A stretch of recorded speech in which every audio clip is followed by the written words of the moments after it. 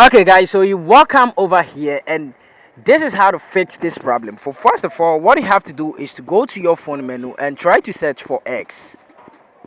So when you find X, just use your finger to tap on it for some while. Then after that, what you have to do is to tap over here. So after tapping on it, you are going to be in the app info of it. So what you have to do is to tap on the first stop, then you tap on OK. Then after that, tap on permissions. Then what you have to do is to allow every permission over here. So after doing this, what you have to do next is to tap on storage and cache, tap on clear cache, and what you have to do is to tap on back. So when you go back, what you have to do is you have to tap on mobile data and Wi-Fi and make sure the background data is toggled on. So after doing all this, what you have to do is to go to your Google Play Store and try to search for Twitter or X.